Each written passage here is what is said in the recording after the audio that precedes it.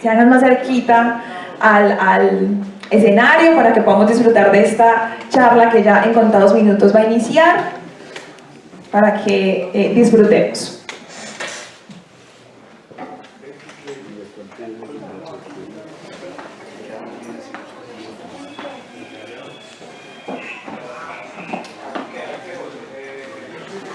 En el Auditorio Torre de la Memoria, porque en Medellín nos mueve la cultura, es el tiempo de las mujeres y de la revolución del amor. La Alcaldía de Medellín les da la bienvenida.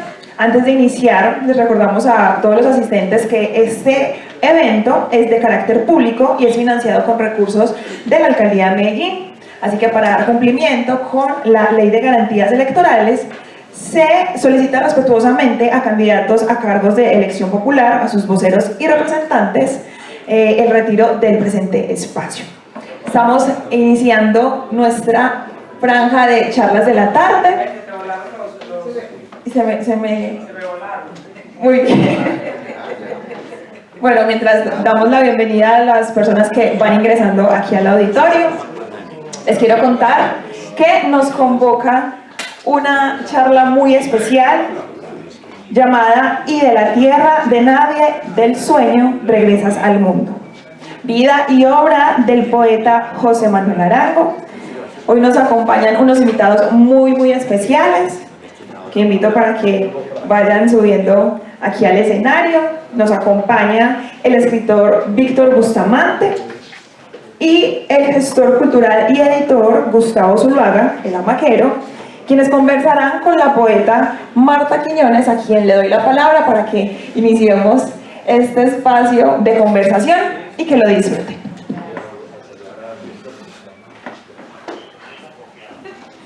Bueno, buenos días para todos y para todas las que nos acompañan esta mañana.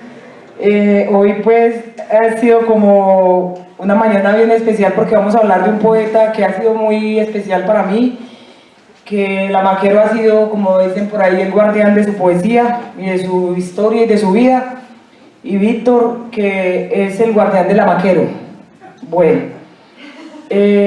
ya ustedes saben que José Manuel pues fue un poeta que nació en el Carmen de Viboral en el 37, murió en el 2002, y digamos que la obra que dejó fue, para muchos podría ser una obra corta, pero una obra inmensa, porque es una poesía, aunque algunos críticos llaman hermética, yo considero que no es así. Y yo quisiera que empezáramos, Amaco, que nos contaras, pues yo sé que siempre es como por lo mismo que comenzamos, pero sobre todo esa amistad fundacional que se hace con José Manuel y vos, y que dura pues hasta hoy, y hasta que tú te mueras será. A mí me tocó que yo estaba trabajando en la biblioteca, yo hacía unos cuadernitos muy artesanales, chiquiticos, que salían como 200. Me acuerdo primero el de Darío Lemus, que saqué estando en vida Darío Lemus. Nos vinimos con el cuadernito que yo le había hecho todo orgulloso en un taxi, y cuando pasamos por el río Medellín tiró los 200 que le había hecho al río. Perfecto, perfecto Darío, así es que actúa un nadadista.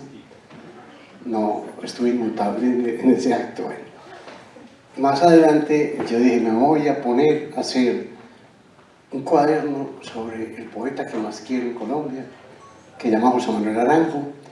Yo trabajo en la biblioteca.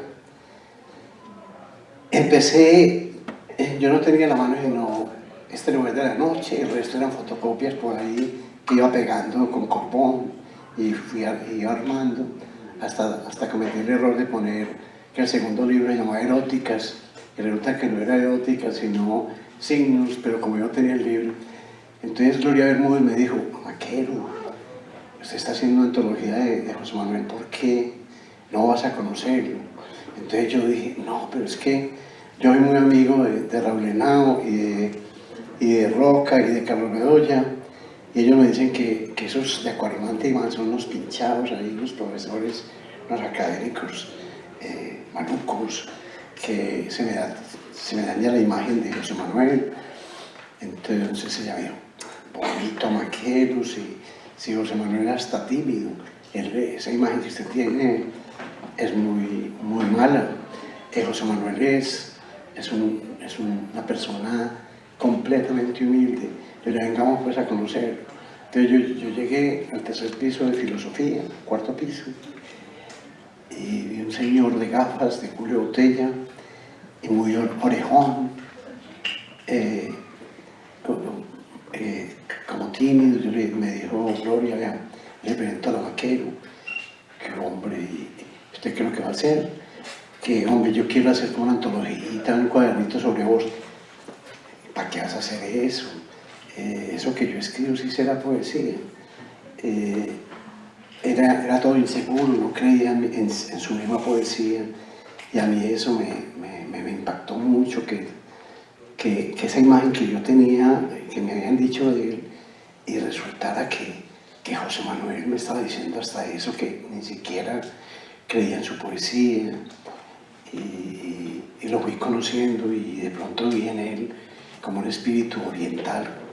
Yo siempre he sido medio Hare Krishna, pues, no Hare Krishna, pero enamorado del budismo, de los espíritus orientales, y vi en José Manuel como un espíritu parecido, como un ser como sobrenatural, porque yo estaba mal enseñado a ver esos poetas pedantes que uno ha conocido toda la vida, crecidos, con esas vestimentas, esos vestuarios, y ver una persona tan mal, hasta mal vestida, el pobre José Manuel, no porque él se lo propusiera, sino como él era un tipo que quería, era como ser un desaparecido, desaparecer.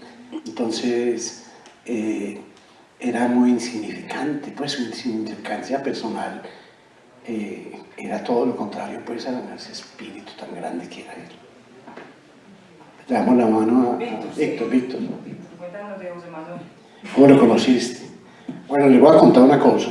La más grande entrevista que se ha hecho en la vida a José Manuel Arango la hizo Víctor Bustamante en su revista Babel. ¿Usted cómo conoció a José Manuel? Bueno, buenos días. Primero, muchas gracias a Ana Piedad, que por aquí la veo muy juiciosa, a sus colaboradores por habernos invitado, a ustedes por venir aquí a recordar al poeta. Colombia es un país extraño, no que los escritores, pero en estos espacios sí. Recordemos que la prensa cerró hace mucho tiempo las páginas culturales, y por eso salen tantas revistas, que es el deseo de que la gente se exprese, de que los poetas del país siempre estemos presentes, que no estemos, no lo digo con un carácter municipal, sino de reconocimiento, que nos miremos a nosotros, que recordemos los contemporáneos, y también que nos leamos y tengamos presente la poesía. Muchas veces nosotros siempre hablamos de los de afuera con mucho ahínco, mucha devoción, pero olvidamos que aquí también hay gran poesía, ¿cierto? Si no, ahí vemos una niña muy juiciosa, que es una gran poeta, que nos place ser amigo de ella, ser contemporáneo, lo mismo que José Manuel. Entonces, para hablar de José Manuel, nada más bello que recordar un pequeño poema, un fragmento donde está toda la dimensión de su poesía, aunque es un poquito especulativo porque un poeta está en toda su obra, ¿cierto? Dice este bello poema: el viento trae una ráfaga de rotas banderas, y aquellos que se quedaron dormidos hasta el canto del gallo, rendidos y desnudos de la mano, van hacia un mismo sueño. En estas 6 o 7 líneas se condensa todo el peso de una poesía que aún nos deslumbra. A veces yo digo que José Manuel es conservador, pero no, José Manuel es alguien que se ha apartado de todos los sismos de la poesía para construir su propio mundo poético.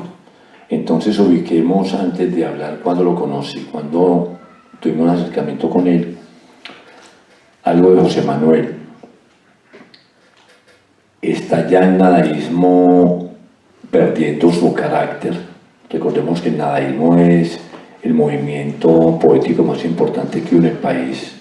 Yo lo digo porque los amo a ellos y me formé con ellos. ¿Por qué lo digo? Porque trajeron la poesía a la calle, a la vida, a ser contemporáneos, mientras en Bogotá están todos sumidos en ser, lo que decía León de Grave, ser Juan Ramón de Ojalata. La poesía aquí en Medellín bullía, desde una esquina, en Junín con Caracas, en el Metropol y en Miami. Ahí estaban Gonzalo, Amílcar, Darío, Jaime Espinel, Alberto Escobar, Eduardo Escobar, impactando a Medellín, que Medellín era una ciudad donde hacían 120.000 personas cola en 4 o 5 cuadras para ir a comulgar, una ciudad muy cerrada. Entonces los nadaístas abren ese espacio, pero con el tiempo hay que hablar un poquito más de ellos. Cuando se van todos para Bogotá a buscar un espacio diferente, van perdiendo ese carácter contestatario, porque ya cuando uno entra a la gran prensa a trabajar tiene que cuidarse la lengua. De todas maneras yo los quiero mucho. Entonces, más o menos en ese orden de ideas, que lo hacemos un poco de una manera muy ligera, vemos cómo aparece una gran revista en Medellín que es Acuarimántima, y ahí aparecen José Manuel, que es como la parte ahí presente, aunque él decía muchas veces que él no lo tenía en cuenta para cosas, él quien siempre tan pinchado, como digo yo, que no lee escritores antioqueños, y un gran amigo que es Juan José Hoyos, un cronista muy cuidadoso, ¿cierto? Entonces, dentro de ese orden de ideas, ahí aparece escribiendo y aparece presente José Manuel en ese devenir de las revistas que muestran la poesía. Ya en Nadaísmo 70, que es una revista de poesía en Bogotá, está ya acabándose por la falta ya de carácter y de pilas de los nadaístas, ya entregado otras cosas al escándalo, y aparece aquí en la revista que es Acuarimántima, donde empezamos a leer nadaístas que publicaron ahí, algunos escritores de Medellín y también José Manuel. Entonces, en ese orden de idea, cuando la poesía era algo subrepticio, algo más o menos anónimo, sino algo presente, sin festivales y sin arandelas de esas, vemos que la gran poesía está en las revistas, y desde ese momento aparece José Manuel. Cuando lo conocí, leyéndolo inicialmente, y después cuando alguna vez le hicimos una revista Babel dedicada a él, cuando él vivía en Villarroca, en Copacabana. Para mí fue importante conocerlo porque, como decía Gustavo, no era el poeta pedante, universitario, frío e indolente, sino un poeta de la vida, un poeta humano, un poeta de una calidad inmensa. Y por eso siempre nos llamó la atención. Recordamos que los escritores, muchos, cuando ganan por algún premiecillo, les publican, piensan que están en la Torre de Marfil. Y un escritor nunca debe apartarse de la humildad y del carácter de ser persona, porque si no, no es capaz de hablar de la vida, sino de esos pequeños mundos imaginados. Entonces estuvimos con José Manuel varios días, muy cercano. Les cuento lo siguiente: cuando sale la revista, lo llamé a contarle y me hizo ir a Copacabana un domingo a las 4 de la tarde porque quería verla. Y lo que más me impacta es saber ese diálogo entre generaciones. Él es mayor que nosotros, está emocionado porque en Medellín y en general en el país a los escritores nunca se les homenajea en vida o se crea un diálogo con ellos mejor, sino que hay que esperar que uno se muera. Ese es el Medellín y la ciudad, que sí, Medellín, la ciudad, es el país que siempre hacemos el reclamo. A los escritores hay que leerlos, no esperar que se mueran ni que se hagan valiosos. Entonces, Muchas gracias por estar aquí con nosotros. Ahora le damos la palabra a Marta, que está que se habla, y seguimos con la presencia y el recordatorio a un gran poeta de los de nosotros. No, Víctor, no tanto eso, sino que a propósito de eso que hablabas de José Manuel, acá en este libro, que a ese propósito tiene el nombre de la charla y de la tierra de nadie, del sueño, hay un poema, como digámoslo así, una especie de poema iniciático que se llama Ritual de Iniciación, y dice: porque sabe que ha llegado su hora, el muchacho se busca un lugar en lo más apartado de la casa. Allí se ha recluido a ayunar y a fumar. Allí se le obliga a estar solo por meses y meses. Le dejan la comida en el suelo junto a la puerta. Es como si estuviera prohibido hablarle. Es como si le hubiera caído la peste. Que esté lo bastante cerca para que pueda ser vigilado y lo bastante lejos para que apure solo la prueba. El ritual está hecho menos de actos que de omisiones, menos de palabras que de ademanes y silencios. Y él en su rincón se desnuda y observa y palpa su cuerpo. El cuerpo que ahora le queda estrecho, le es extraño, le desobedece. Como si dentro de él hubiera aparecido un extraño, otro que medra alimentándose del niño que fue. Palpa y examina los largos brazos, las piernas largas y torpes. Considera su prepucio irritado. Así lo encuentra su hermana cuando va a escondidas a visitarlo. Flaco, marcado por la soledad. Algunos días al anochecer sale de su encierro. Se reúne con los otros, sus iguales, en los extramuros, donde hablan y fuman y bailan. Así pasan el tiempo de su pubertad, solos, ayunando y fumando. Entonces, Amaquero...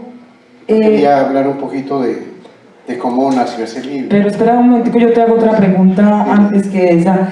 Y es porque, digamos, los poetas, como dice Víctor, por desgracia en este país, yo creo que en general se vuelven importantes cuando se mueren, que el ideal pues sería que no, ¿cierto? Yo creo que José Manuel no cargó con ese lastre, porque hubo una generación también que lo leyó, que lo leímos, que lo seguimos leyendo, que seguimos de alguna manera inspirándonos en su obra también, porque yo siento que finalmente la poesía de José Manuel Arango, a mi comprensión, no es una poesía hermética. Lo que pasa es que no es una poesía, es una poesía cifrada, que yo siento que la poesía es así también, pero porque cuando hablan de hermetismo es como, digamos, uno leer a Georg Trakl, por ejemplo, que es un poeta alemán, que es un poeta que uno difícilmente a veces logra comprender, pero también yo creo que es por la dimensión cultural que nos separa. Pero con José Manuel Amaco, yo no sé si usted nos puede contar en sus conversaciones con él, en su relación de amistad que fue tan profunda,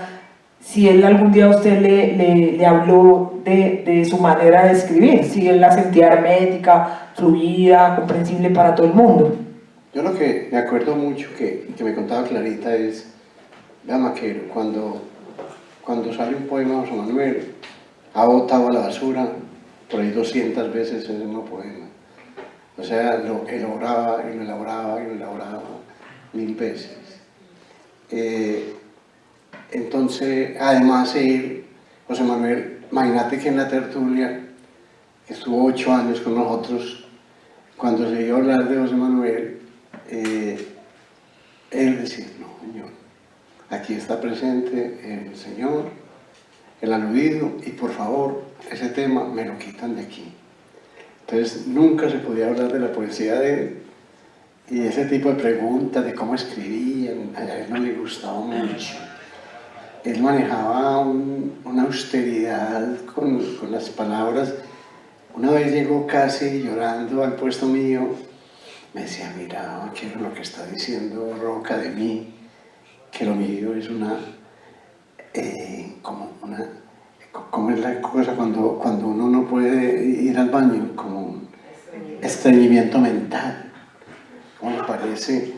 ¿Cómo no respeta eso que yo hago de las palabras, que es decir la palabra precisa, al punto de que en algún momento nosotros pensábamos que él tenía que ver con el haiku, con ese universo que es en 17 líneas y pensamos que él conocía eso y él como que no conocía eso. También me voy a acordar aquí una vez que alguien hizo su tesis de grado que se llamaba El haiku japonés y la poesía de José Manuel Arango. A él lo estremecía eso. Entonces decía, Maquero, hágame un favor, usted va, habla con la muchacha, le recibe la tesis y yo la espero aquí en la cafetería de ingeniería. Yo recibía la tesis, la entregaba, se la recibía a la niña, se la entregaba a José Manuel y a los 15 días hacía lo mismo. José Manuel me entregaba la tesis, se la entregaba a la niña, yo se la entregaba y no tenía contacto con la persona y a él no le gustaba que escribieran sobre él. Pues, yo tengo muchas anécdotas, pero me acuerdo una muy especial. Una persona hizo la maestría sobre él en la Universidad de Medellín, se llamaba Raúl, él estaba vivo, Raúl Botero. Entonces me dijo, Maquero, ¿usted por qué no me hace la segunda? Que yo quiero hablar con el maestro, que yo hice la maestría sobre la obra de él. Entonces le dije, hermano, voy a llamarlo. Pum. José Manuel, vea, aquí hay alguien que hizo la maestría sobre vos. A ver si concretamos un encuentro con él. Entonces dijo, hola hombre, Raúl, listo. Nos encontramos el 12 de octubre a las 4 de la tarde en Tronquitos. Entonces miro el tipo y digo, 12 de octubre a las 4 de la tarde, Tronquitos está cerrado y la universidad también. Maestro, no puede ser, ese día no. Ah, no, entonces el 1 de noviembre a las 7 de la noche. Entonces el tipo miraba y decía, a las 7 de la noche está cerrada la universidad y es día de fiesta. Tampoco se puede. Puso 3 fechas que eran imposibles. Entonces me dijo Raúl, a Maquero, coja el auricular, que José Manuel no quiere encontrarse conmigo. Eso era José Manuel, no le interesaba que escribieran sobre él. Él hacía su obra como a solas, en silencio. No le gustaba ni siquiera leer las críticas que se hacían sobre su obra. Y así fue naciendo su obra. Pues era muy difícil de hablar sobre la creación literaria o cómo hacía sus poemas con él, porque él decía, hombre, si esto que escribo de pronto alguna vez puede llegar a ser un poema, estas cositas que yo hago. Él mismo no creía en su obra y eso era hermosísimo. Quiero hacerle una pregunta a Víctor, porque digamos Víctor se ha convertido en esta ciudad en el escritor espía. Digamos, es un escritor que se le ha pasado en los últimos años también como hurgando lo que va quedando en la ciudad, y en esa medida también vive hurgando sus seres, los que habitamos el centro, los que habitan en la periferia, en fin. Víctor, pero digamos José Manuel, yo no lo reconozco como un habitante del centro, porque pues yo igual llegué a esta ciudad pues también como en los 90, pero ha sido como una transición distinta, ¿cierto? Pero yo quiero que tú nos cuentes, digamos, dentro de esa relación que hiciste con él, por ejemplo, para hacer esa entrevista, porque las entrevistas de Babel pues son impresionantes porque hurgan, digamos, el alma de cada ser. Lo que pasa es que Víctor, ahí pues yo sí quiero poner una queja pública, y es porque Víctor en esa revista nunca saca a una mujer, es como muy machística en ese sentido. Entonces es como un tipo machista, digámoslo así, en plural, largo, porque esa revista de Babel es una revista muy bonita y él mismo lo dice, es una revista... Él no es machista porque él adora a las mujeres. Víctor vive... No, pero espera un momentico. Lo que pasa es que hay muchas maneras del machismo. No, pues yo sepa que él ama a las mujeres también, y las mujeres lo saben, pero... a la mamá es impresionante. Señor, el amor a la mamá y a las hermanas. Pero es que no estamos hablando de sus afectos personales, sino bueno, digamos de sus afectos literarios con las mujeres veteranas de este país, porque alguna vez yo le preguntaba que por qué, por ejemplo, no le había sacado una revista a Olga Elena Matei, ¿cierto? Entonces, bueno, no recuerdo ni qué me contestaste, pero digamos, ahí tiene esa deuda, o sea, supongamos que ya no es tan machista, pues, ¿cierto? No, bueno, la Maquero lo defiende, es que son muy amigos también, pero yo lo digo en ese sentido, no lo digo tampoco pues en un sentido optimista Él tampoco. se muere por las mujeres. Sí, pero usted sabe también lo que las mujeres piensan de él. No, unas piensan mal, pero muchas piensan bien. No, yo sé, pero también, o sea, también hay que ver las dos versiones. Pero es un momentico, Maquero, que me va a embolatar la pregunta.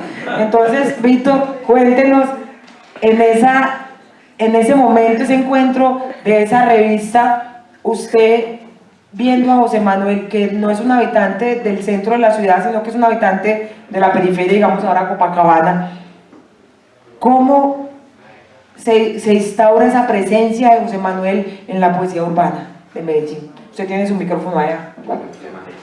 ¿Qué? No, pegando la mano a mí, ¿no? Ya Marta sacó la cartilla feminista, pero hay lo siguiente, una pequeña nota explicatoria. Baber es un proyecto donde ha estado muy asociado con Gustavo. Marta le vamos a hacer una revista, lo que pasa es que hay que castigarla porque es muy del lenguaje. No, usted sabe que sí. Vean, ahí la ven. Es lo siguiente, vean. Siempre hay que hacer una diatriba en el país en este sentido. Nunca a Carrasquilla le hicieron una entrevista, nuestro gran historiador, nuestro gran escritor. Por ahí una persona se juntó unos pedazos de los libros de él y lo muestra con una entrevista, pero eso es una entrevista, no una entrevista de viva voz, como hacemos con Babel. ¿Por qué? Porque nosotros a la gente creadora la dejamos pasar de largo. Nunca nadie se le ha atrevido, no sé, últimamente se está haciendo, nunca se ha atrevido a preguntarles una cantidad de detalles, cosas tan mínimas como dónde vivían, que siempre piensa en la ciudad, ¿cierto? Entonces por eso Babel quiere hacer esa memoria y la estamos haciendo muy despacio, pero vamos fuertes en ese sentido, ¿cierto? Ella me dice que soy machista, yo creo que soy machista lenonista, que porque no he sacado ninguna mujer, ahí estamos trabajando en eso. Aquí hay dos grandes escritoras, que es Olga Elena y Teresa Sevillano, que ahí tenemos proyectos para hacer algo con ella, inclusive Marta está ahí. El festival anterior fue dedicado a Teresa Sevillano, y también a Olga Elena le hemos dedicado eso, es más, sobre escritos sobre varias escritoras aquí en la ciudad, sobre Marta he escrito, que venga que no he escrito sobre ti, sobre Evonia Sánchez Nieto de Bogotá, sobre una escritora caleña, sobre Piedad Bonet. Hace poquito escribió un libro que los mismos amigos habían condenado al ostracismo y resulta que leyéndolo uno es un libro extraordinario, un libro que he escrito hace 9 años y yo dije, ¿por qué no había leído este libro? Por prevención, pero sí para ser machista es cuando uno le da una bofetada a una mujer, la trate mal. Yo las trato muy bien. Pero bueno, no nos vamos por ese lado. Hay otra palabra que se mencionó aquí, que es esa chapa y esa pequeña idiotez e imbecilidad de muchos poetas que vemos, pero son poetas muy flojos que piensan que lo van a estar a uno hablando de hermetismo. Esa es la solemne, la palabra solemne que muchos utilizan para decir que esa poesía no se entiende o que es una poeta escondida.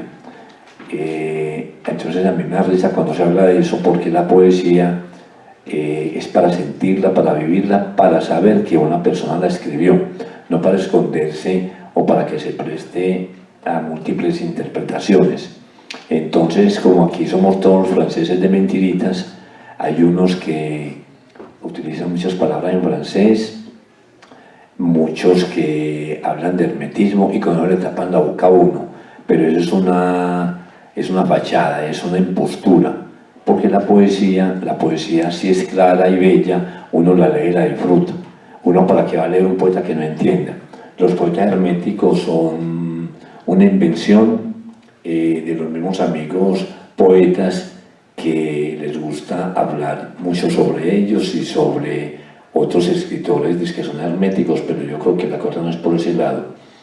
Entonces, regresando a José Manuel, también se ha dicho en este momento que ese Gustavo, que no le gustaba que escribieran sobre él.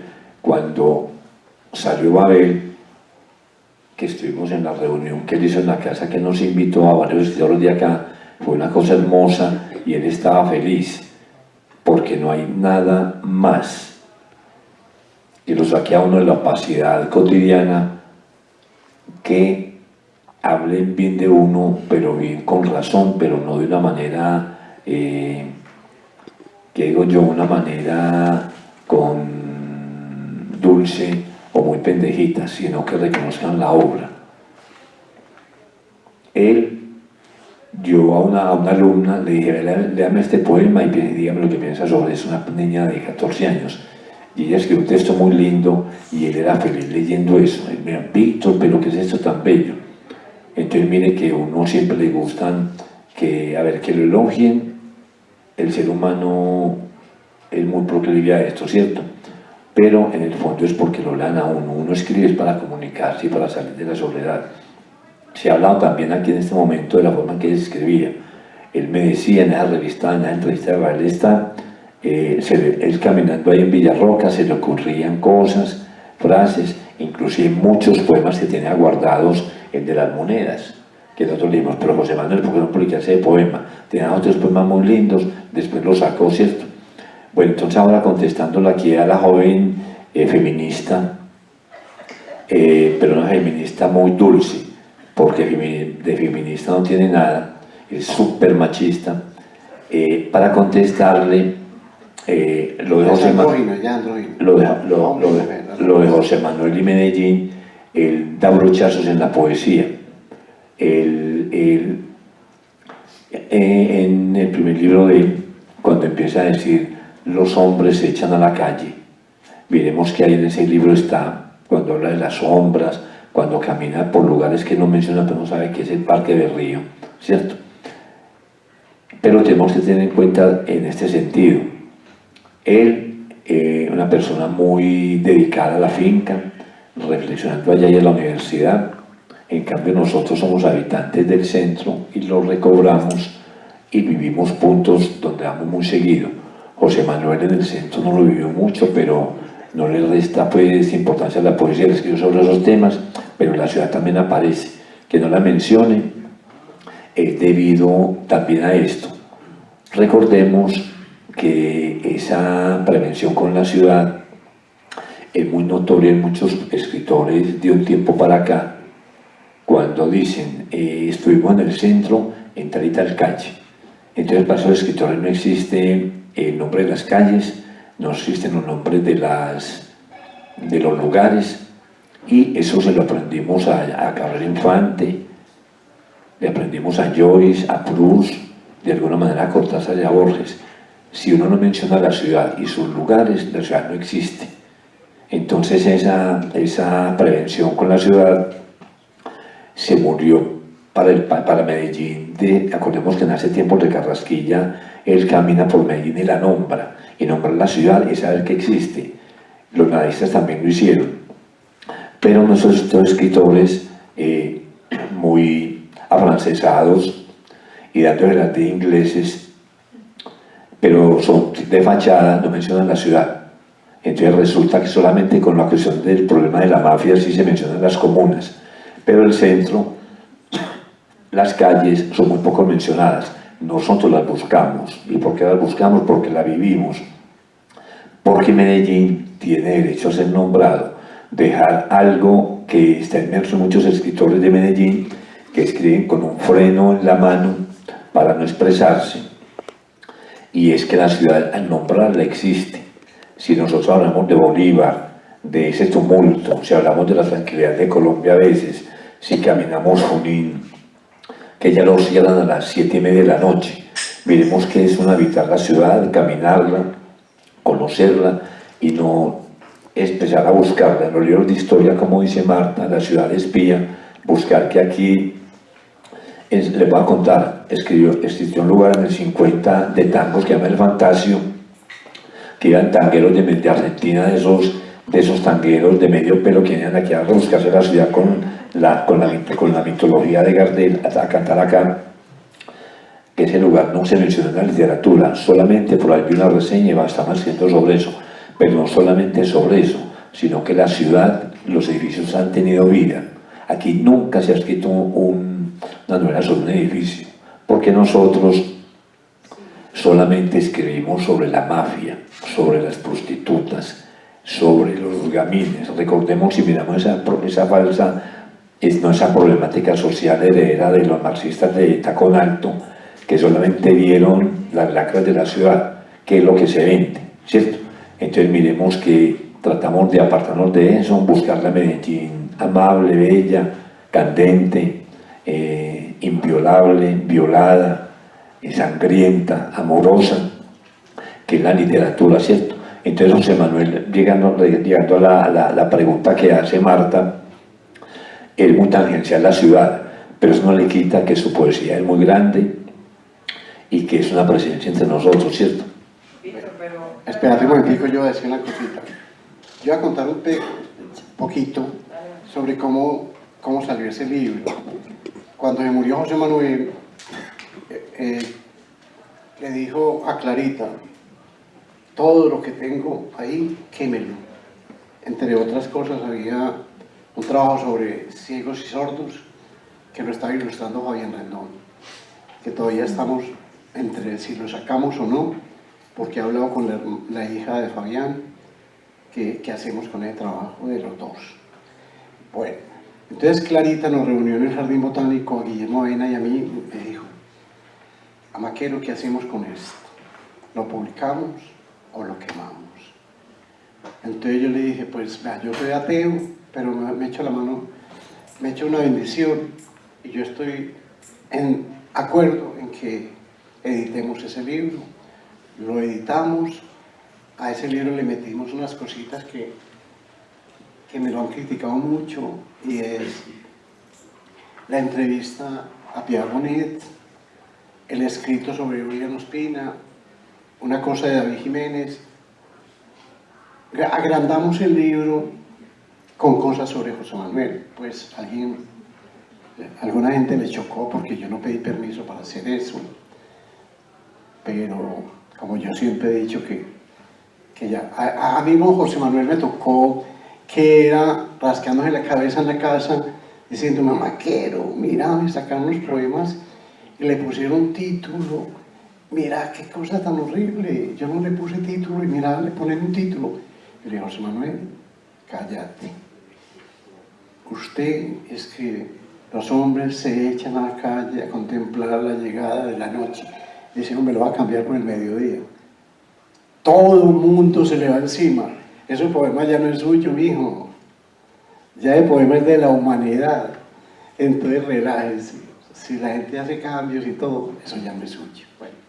Marco, pero no, yo quería, a propósito que Víctor tocó un tema sobre digamos, la violencia que atraviesa la poesía de José Manuel, tocando a propósito la ciudad, las calles, que tampoco nombra, pero que nombra lo que pasa en ellas.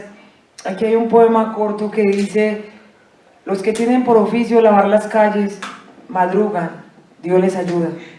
Encuentran en las piedras un día y otro regueros de sangre, y lavan también, y la lavan también, es oficio, a prisa, no sea que los primeros transeúntes la pisoteen. Y así uno se va encontrando, por ejemplo, miles de poemas, miles no, porque pues digamos es un decir, ¿no? Pero muchos poemas de José Manuel atravesados, digamos, por las imágenes de los guayacanes florecidos en la ciudad también, soltando las flores, llenando el asfalto. Amaquero, usted que, digamos, a mí, el amaquero de cuando puede dar testimonio de alguien, porque yo creo que también el testimonio vivido es muy importante, digamos, para esa historia incluso que escribe Víctor sobre la ciudad, que también la palabra del otro mientras está conmigo conversando es más importante que lo que yo pueda luego, o un escritor o un crítico, imaginarse sobre lo que pudo haber sido ese escritor. Y ya vos lo habías dicho pues anteriormente que él nunca le gustaba hablar de cómo escribía ni por qué, pero digamos en tu imaginario, ¿vos cómo crees que vivió José Manuel la violencia, por ejemplo, de los 90 en esta ciudad? Pues en la obra de José Manuel está por todas partes, toda la violencia está metida en mucha parte de la obra de José Manuel. Él vivió eso, él sufrió eso, y en los poemas está permanentemente esa parte de la violencia. Estaba acordándome aquí de la vez que nos fuimos a sembrar él adoraba ¿cuál es ese? Ya estamos perdiendo la memoria. Unos árboles, los yarumos. Adoraba los yarumos. Y una vez nos fuimos a un vivero a comprar 2 yarumos y nos fuimos felices. Estábamos viviendo en Guarne, en el Alto de la Virgen, y cogimos esos 2 yarumos y hicimos todos los esfuerzos para sembrar esos 2 yarumitos. Y en este momento paso por allá. A él no le tocó, ya están de 15, 20 años, grandísimos. Él al final ya cambió ser profesor por ser campesino. Entonces una cosa que hacía cuando estábamos viviendo en el Alto de la Virgen era que contrataba a un campesino y nos íbamos por todos los montes y decía, ¿cómo se llama aquel árbol? Amarrabollos. Entonces mismo apuntaba, amarrabollos. Cogía la hojita y la metí como un botánico, guardaba la hojita. ¿Cómo se llama aquel otro árbol? Entonces le pagaba todo un día a un campesino para que nos dijera los nombres de los árboles y de las malezas. Pues una cosa muy hermosa. Cambió la academia por volverse un campesino, un jardinero. Estos poemas que hay acá en este libro, digamos, hay muy pocos porque es un poemario póstumo y es un poemario donde, digamos, los poemas que hay ahí es donde él ya de alguna manera está presintiendo como la muerte. Sí, claro. ¿Hablaste Sí. con él de eso? Vea, es muy impresionante varias tertulias. Hubo una tertulia en el Jardín Botánico en que un policía amigo de nosotros que él lo conoce, Víctor Antonio Machado, nos llevó, estábamos hablando, una tertulia sobre la muerte.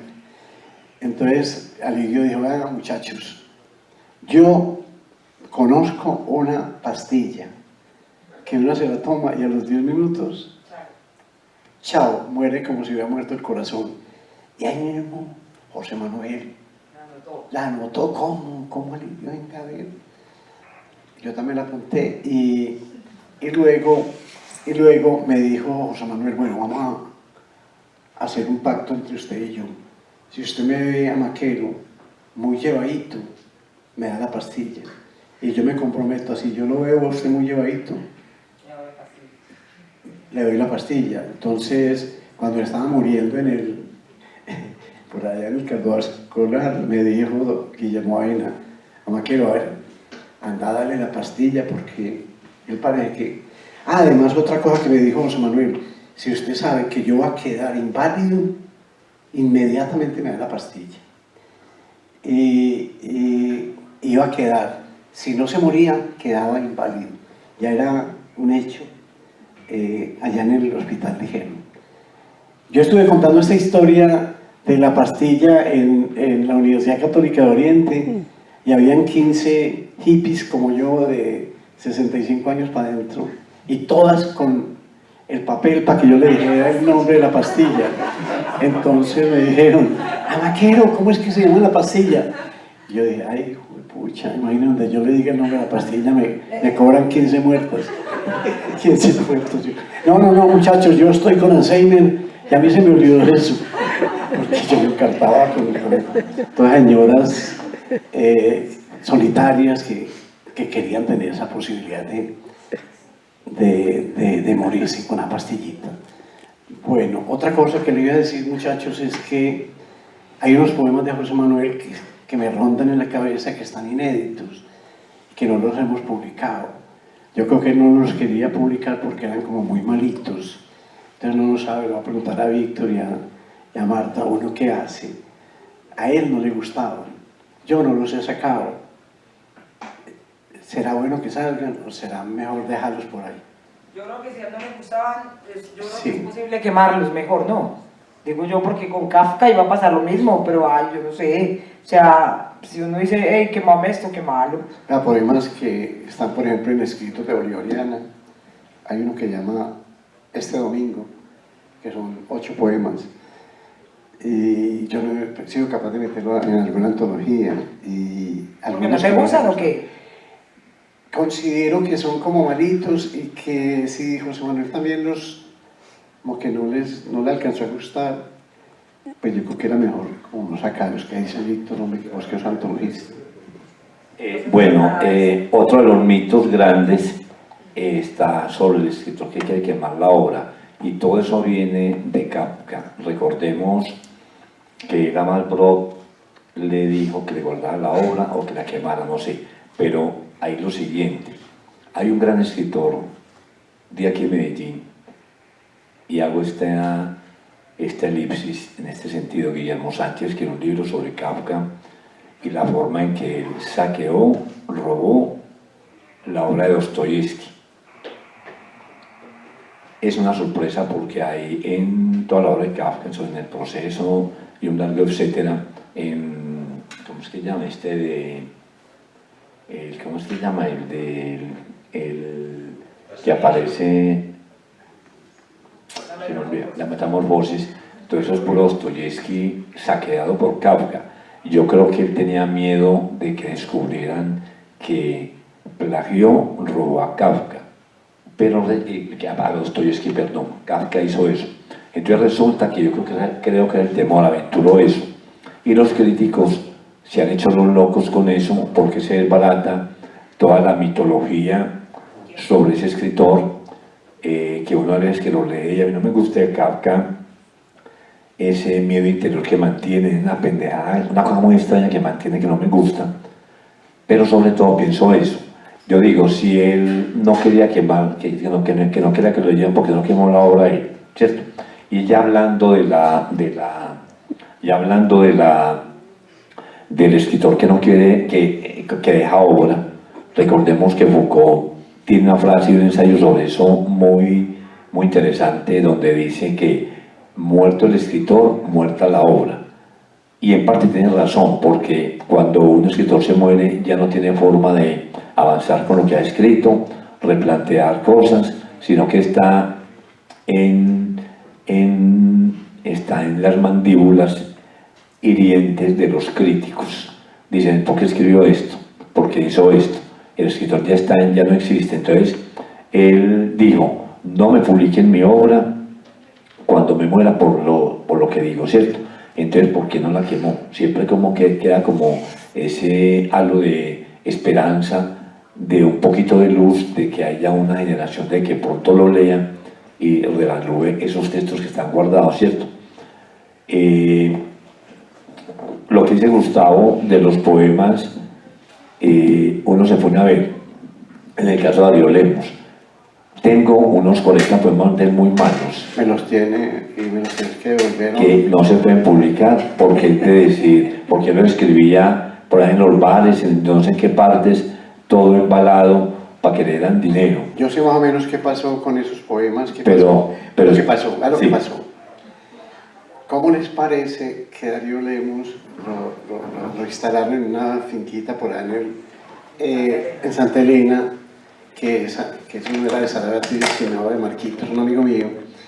Entonces, Sara Beatriz iba a pedir plata por todo Medellín para Darío Lemos, y pobre Darío ni comía. Entonces, le instalaron ahí una máquina de escribir, pero forzada. O sea, la obra de Darío era una cosa natural, que escribía en cualquier parte. Entonces él se dedicó a escribir los poemas como por dársela de poeta cuando ya no era poeta. Él ya era un agonizante, un enfermo, vuelto mierda, y entonces para que la pobre Sara Beatriz pudiera sentir que estaba con un poeta, él sí hacía el que escribía. Entonces, esos poemas que tiene Víctor, que me los tiene guardados y no me los han entregado, yo nunca los he publicado tampoco, es porque son muy malos y porque él simulaba ser poeta y ya él no era poeta, pobre Darío. Y entonces, qué pesar, y para seguirle la corriente a Sara Beatriz y así el que escribía, y eso salía y eso quedó. Y ahí está, y no somos capaces de publicar eso, tan malo. Víctor no me lo entrega, los tuvo para su obra, para un libro hermosísimo de Víctor que se llama Cuando el poeta muere, una biografía de Darío Lemus, que es, yo creo que lo mejor que ha escrito en la vida Víctor. Lo hace reír mucho porque eso es como un chismerío ahí. Chisme, no, es que él dice... Pero un momentico, vea el problema de Marta ahora. Vea. Hay una cosa que es la siguiente. La academia es una cosa, pensar un libro o hacer lo que llaman por ahí con cierta risa maliciosa novelas de campus. Cuando los escritores académicos, los profesores escriben, es que es una poesía muerta, porque ellos se cuidan mucho para mantener el statu quo con el ambiente cultural, que ellos dependen de un gobierno, etc. Bueno, resulta que la literatura son chismes bien contados, y no tengamos miedo a eso. Proust, si lo leemos, son chismes de la aristocracia que estaba acabando. Donde no escriba eso, esa historia se pierde. ¿Y cómo hizo para escribir eso? El que era ya de la naciente burguesía de origen judío en París, se fue haciendo amigos en esas fiestas o su aire que llaman los franceses, y se fue metiendo en ese mundo y fue contando, ¿no es cierto? También si vemos a Joyce, a él no le da miedo decir en una carta que le manda a la hermana Duli: hazme el favor, que está haciendo el Ulises, hazme el favor y me mandas fotos del hospital, que si están todavía tales matas, y contame todos los chismes que sepas del hospital, que voy a hacer un capítulo sobre eso. Entonces la literatura es eso, ¿cierto? Uno no puede ser despectivo. A mí me han contado, vos contás muchos chismes, es que los chismes no es lo que da lustre a eso, pero bien contados. Las biografías, que son un chisme de la vida de una persona. Entonces miremos que no seamos despectivos con los chismes, que la literatura es eso. Yo voy a contar un chismecito de José Manuel que decía sobre Darío Lemus. Yo estaba haciendo una antología sobre Darío Lemus y yo le decía a José Manuel: ¿oíste, José Manuel? Aquí estoy haciendo una antología de Darío Lemus. ¿Vos qué pensás de Darío Lemus? Me dijo una frase lapidaria, me dijo: Amaquero, a mí no me gustan los poetas que se pintan las heridas. Voy a aprovechar ahora también para contarles que Ana Piedad Jaramillo, que está aquí conmigo, qué hermosa mujer, mucho rato de mi vida, ella y yo nos fuimos para Manrique, a una posilga donde estaba viviendo Darío Lemus. Me contó la noche anterior que lo habían aporreado, pues a él lo aporreaban mucho porque lo merecía. Entonces yo le dije a Ana Piedad: vamos a buscar a Darío Lemus. Nos fuimos.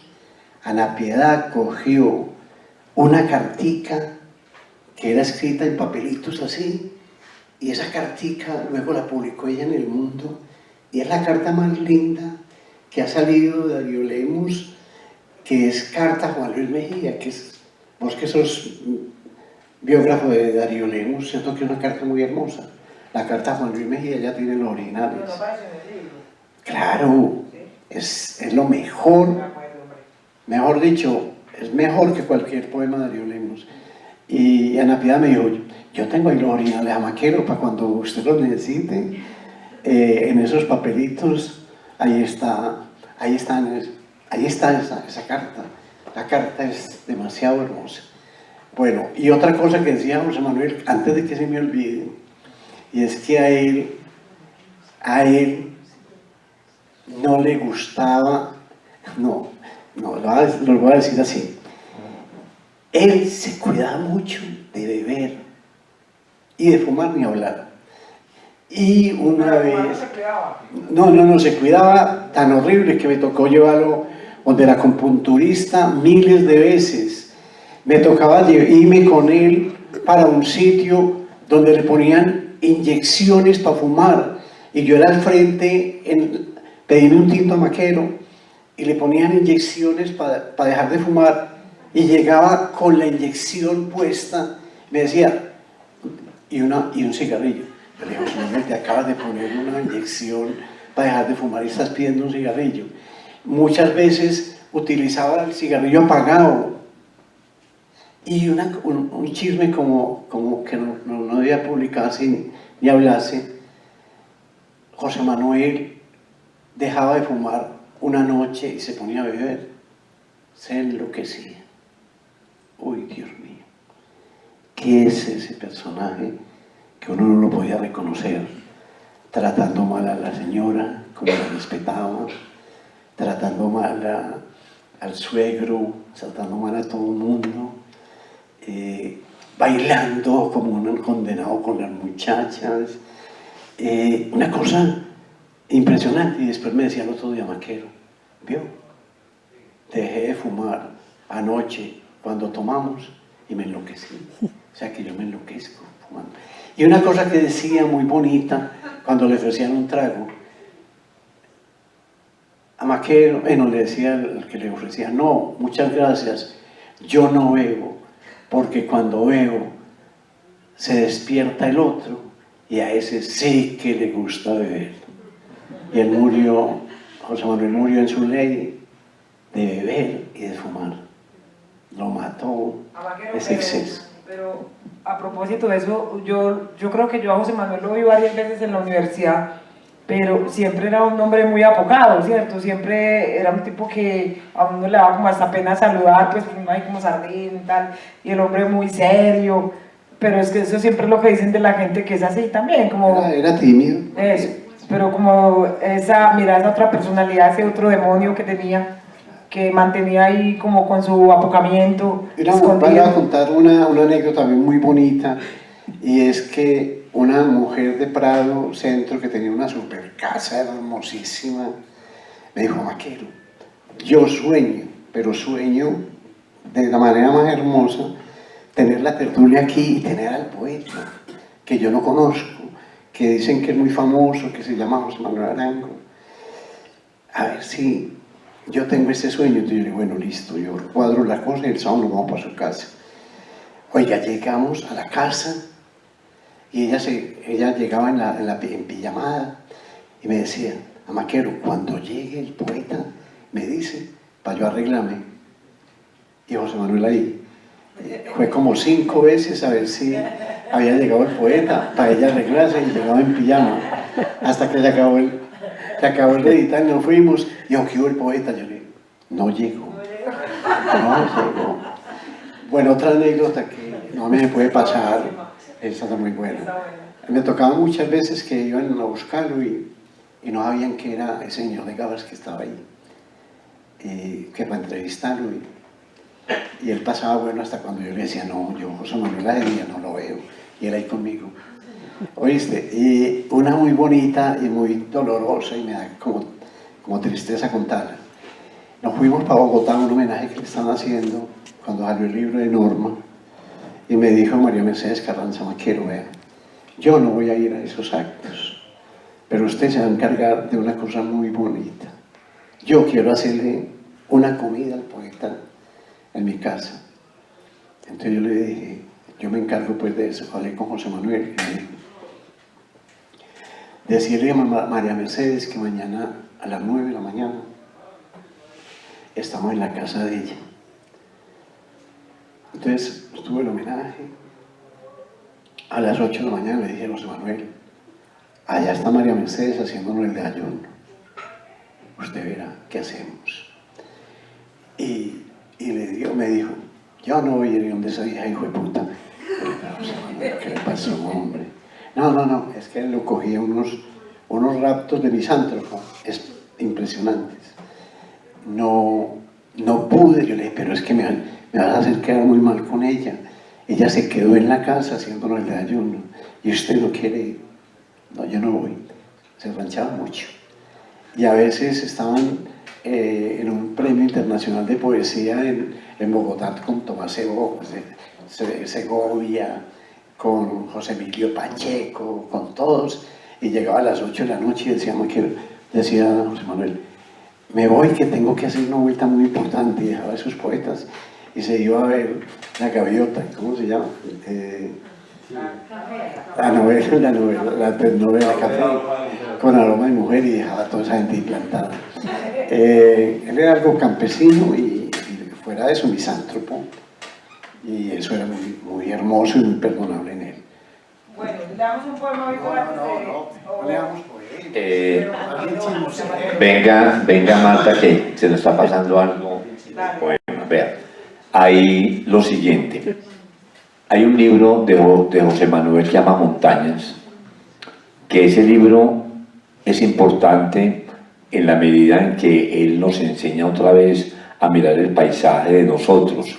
Recordemos que a veces nos damos de ciudadanos, de personas, hablando de otra chapa que se inventan por aquí, que es literatura urbana, que la literatura aquí en Medellín existe hace mucho tiempo, en ese sentido, pero resulta que yo hablando con él me decía, Víctor, estoy releyendo Epifanio.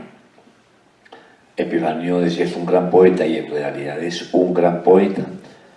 Y recordemos que él habla de montañas también, habla de esa belleza campesina, pero no con la pendejada del folclore, de hacer valioso a estos declamadores del 70 para acá que hablaban de que cómo fue señora, ¿cómo es que se llama? Del León Mayor, esas cosas no.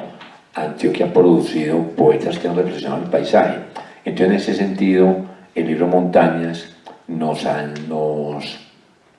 ubica una forma de ver el paisaje, de sentirlo, como decía aquí el joven Gustavo, cuando caminaba con él, cuando buscaba a los campesinos, y es mirar las montañas en el sentido de un escritor de estos últimos años que les da un matiz y una mirada que nos deslumbra, ¿cierto?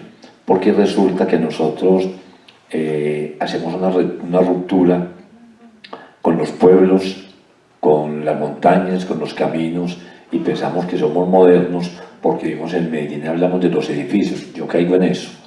Entonces resulta que no podemos olvidar otra mirada de que la ciudad no puede comerse la literatura, no puede devorar y olvidar lo que se hace afuera y sobre todo el paisaje.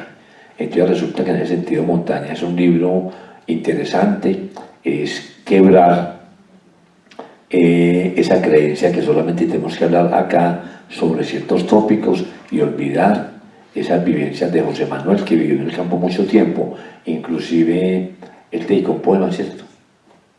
Sí, pero no, ahora vamos a hablar de eso, que no nos vas a hablar. Entonces resulta que en ese sentido el libro es importante, mirar cómo hay poemas de ciudad, poemas sobre la violencia, como dice Marta, poemas eróticos, poemas de la soledad, del doble sobre el padre, un poema muy lindo sobre Medellín de José Manuel, que es que cuando camina a la ciudad es como si la viera en las huellas de la mano.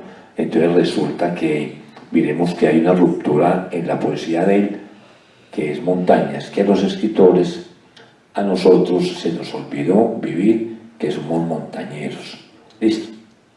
Pero a propósito, Marco, es que la maquerulla... Sí, pero es que leer poema no es bueno, es mejor el conversatorio. Un poema de José Manuel, a propósito, porque la poesía amorosa de José Manuel es una poesía muy bella, porque es una cosa muy sutil, como, no es pues como esos poemas amorosos que desbordan al que lo lee también, ¿no? Sino que es una sutileza también, ¿cierto? En esa mirada también, en esa visión como del amor, ¿cierto? Aquí hay un poema que se llama Dice el amante. ¿Quieres que lo lea o no? No quiero que lo lea. ¿Ustedes qué quieren? No, lo que pasa es que, les voy a decir más o menos cuál es mi pasión. Yo pienso que José Manuel no hizo en la vida sino 2 libros. Sin Este lugar de la noche y Signos. De ahí para abajo, la poesía de José Manuel es muy floja. Me da mucha pena decirlo, pero él también me alcanzó a decir, en vida me decía, Maquero, lo que pasa es que la poesía es cosa de los jóvenes. Cuando uno está joven escribe poesía, ya después ya no sale con nada. En cambio tiene unos poemas de su primera época. Es que yo le tengo como rabia. Yo soy uno de los editores del libro, pero le tengo un poquito de rabia, porque es un libro demasiado malo. Y yo para mejorar ese libro le metí, yo sé que Guillermo no está aquí, si estuviera, yo le dije, hermano, tenemos que mejorar el libro, metiéndole entrevistas, William Ospina, la entrevista con Piedad Bonet, que es muy bonita, no tan bonita como la de Víctor. Y Víctor quiere leer un poema de la primera época, ¿ok? No, me parece que es un desabrupto lo que dice Gustavo por esto. ¿Cómo va a ser mala el trasiego, la poesía de un escritor que se nos va y dejó en este libro hermoso que usted toca en una edición? Ahí sí, es que no se acuerda, tiene amnesia Como selectivo.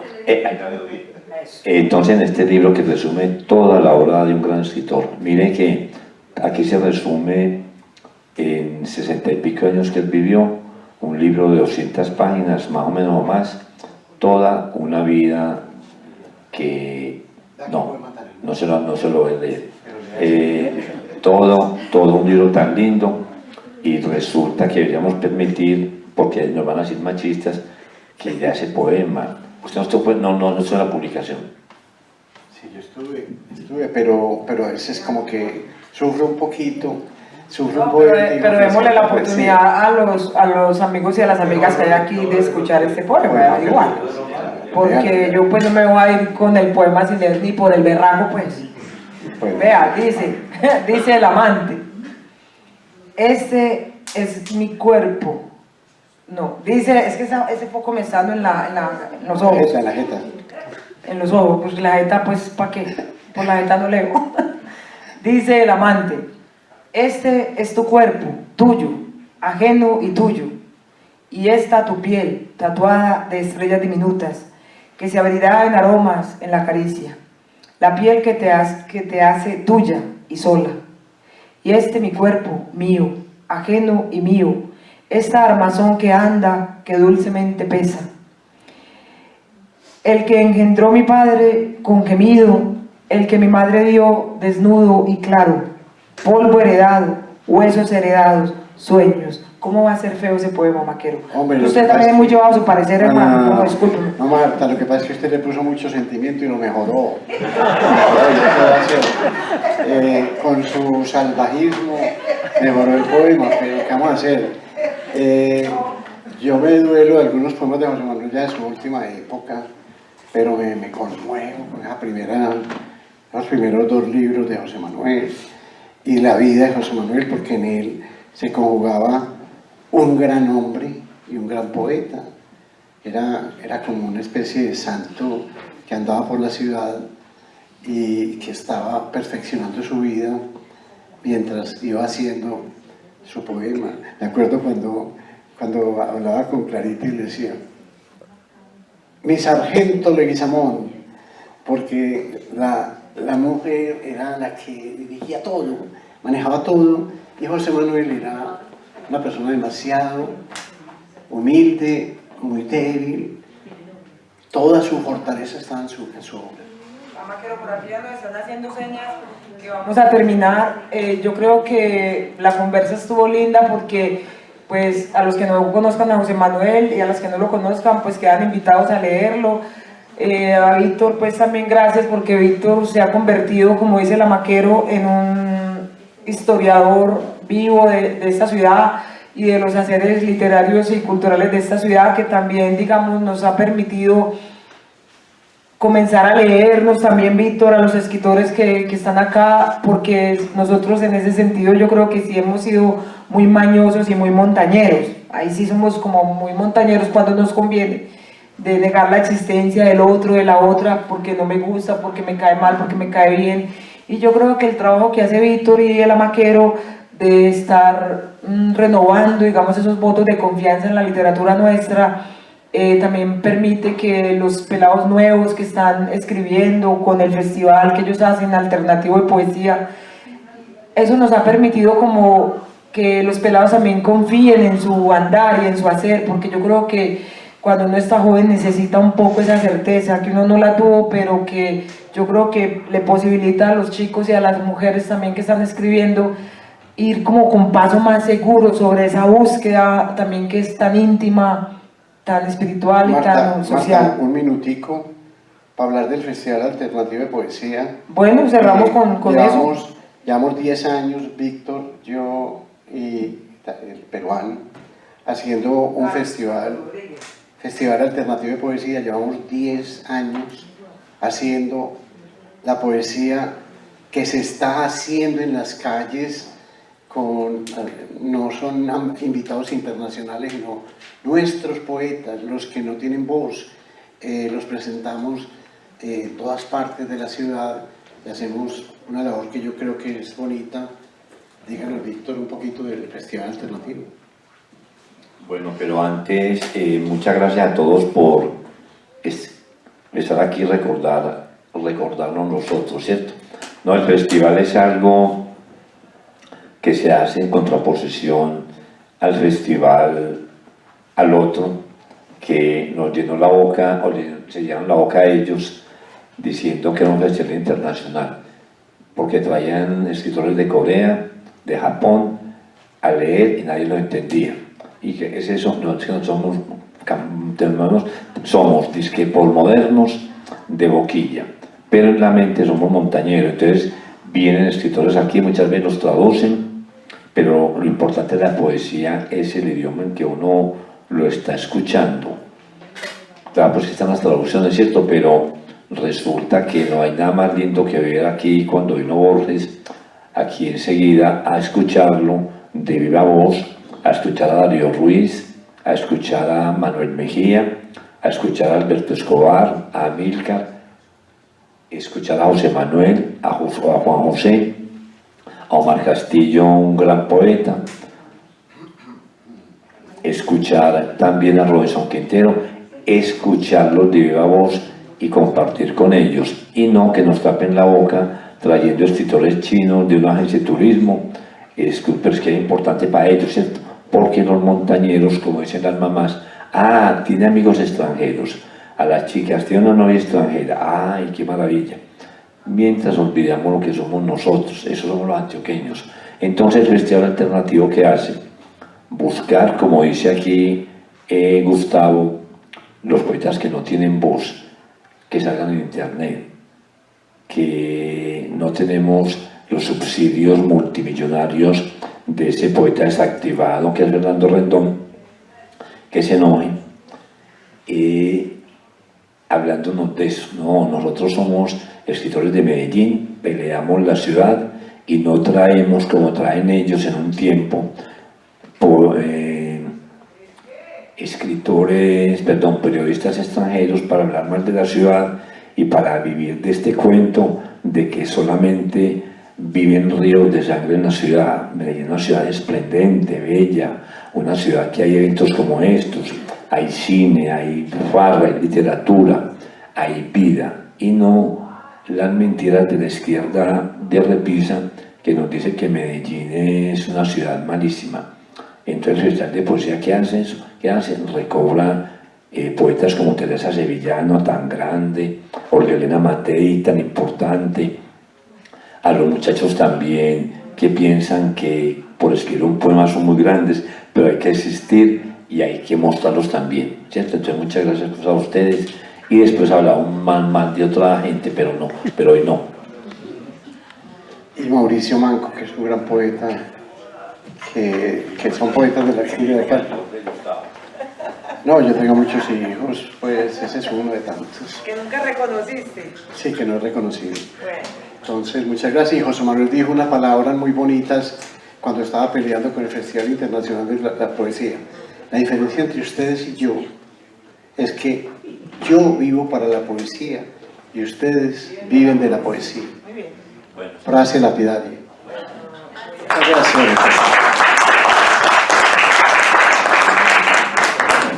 Muchísimas gracias a Víctor, a Gustavo, a Marta por esta charla y este homenaje tan bonito que hicimos al poeta José Manuel Arango. Los invitamos entonces a que continúen con la programación de la 16ª Feria Popular Días del Libro. Aquí vamos a tener toda la programación académica, las charlas de la tarde, entidades aliadas, para que sigan con nosotros. Nos vemos ahorita a las 2 con una charla desde la Cosmoteca La Piloto, así que los invitamos para que sigan disfrutando de este maravilloso evento. Nos vemos pronto.